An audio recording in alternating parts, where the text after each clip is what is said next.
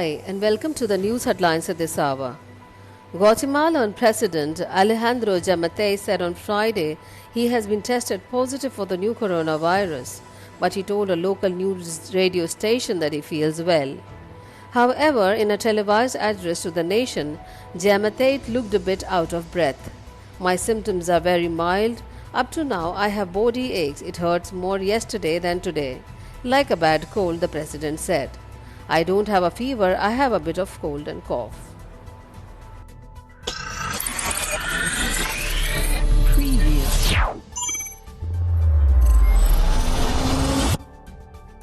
The USS Nimitz aircraft carrier safely transited on Friday through the Strait of Hormuz, the world's most important choke point for oil shipments, the US Navy said, as tensions with Iran continue to simmer.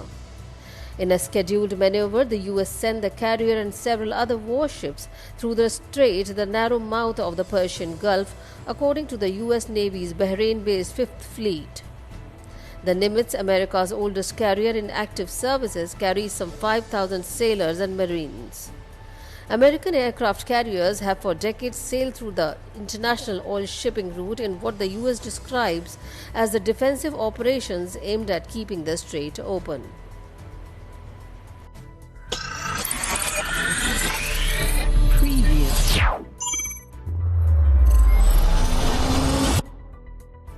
Yemen's warring sides on Friday began long-awaited UN-brokered peace consultations in Switzerland on the exchange of prisoners, a part of a deal aimed at ending a conflict that has killed thousands and set off the world's worst humanitarian crisis. Delegates from Yemen's internationally recognized government, supported by a Saudi-led military coalition, sat down in Geneva with their rivals, the Iran-backed Houthi rebels, for talks co-chaired by the Red Cross, according to Martin Griffiths, the UN envoy to Yemen. Griffiths urged the parties to release detainees swiftly and bring relief to thousands of Yemeni families.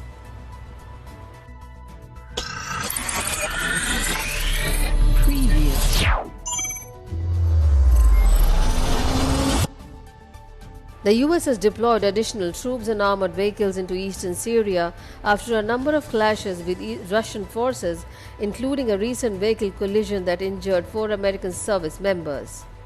Navy Captain Bill Urban, spokesman for US Central Command, said the US has also sent in radar systems and increased fighter jet patrols over the region to better protect American and coalition forces. The United States does not seek conflict with any other nation in Syria, but will defend coalition forces if necessary, said Urban.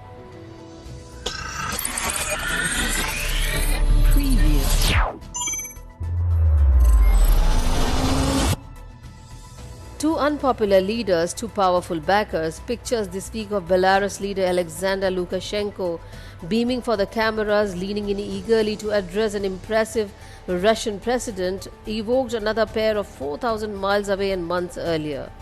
Against a similar background of street unrest, Hong Kong's chief executive Carrie Lam found support from China's President Xi Jinping last year. It's not a parallel that bodes well for Minsk's burgeoning opposition. Under pressure since claiming victory in a disputed election last month, are facing demonstrations that showed no signs of fading, Lukashenko has turned to Vladimir Putin for succor. Moscow sees its smaller neighbor as a crucial Russian-friendly buffer with Europe and has no desire to see a popular uprising result in genuine democracy.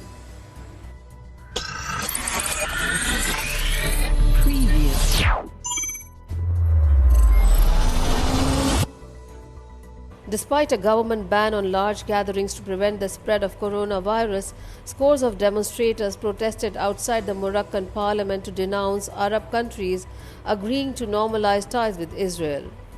Israel on Tuesday signed historic diplomatic pact with the UAE and Bahrain in a US-brokered deal. Morocco was reported to be among that Arab countries considering a similar move, though the Prime Minister rejected the idea last month. Protesters in Morocco's capital of Rabat on Friday waved Palestinian flags, decrying the deals as treason and chanting Palestine is not for sale.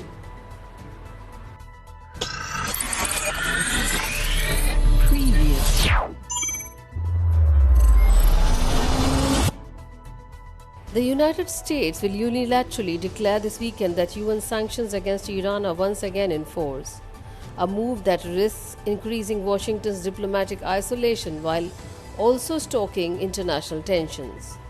Virtually all UN sanctions on Iran will come back into place this weekend at 8 pm Eastern Time on Saturday the 19th, said Elliot Abrams, the Trump administration's special representative for Iran. But on this point, Washington is almost done in the world.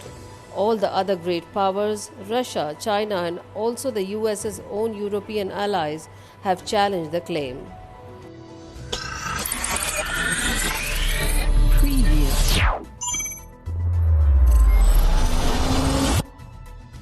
Supreme Court Justice Ruth Bader Ginsburg, a towering women's rights champion who became the court's second female justice, died on Friday at a home in Washington. She was 87.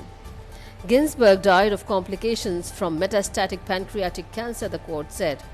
Her death, just over 6 weeks before the election day, is likely to set off a heated battle over whether President Donald Trump should nominate and the Republican-led Senate should confirm her replacement, or if the seat should remain vacant until the outcome of his race against Democrat Joe Biden is known.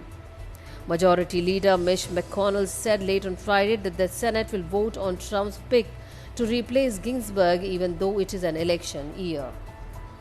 This is Jyoti reporting for Our Voice.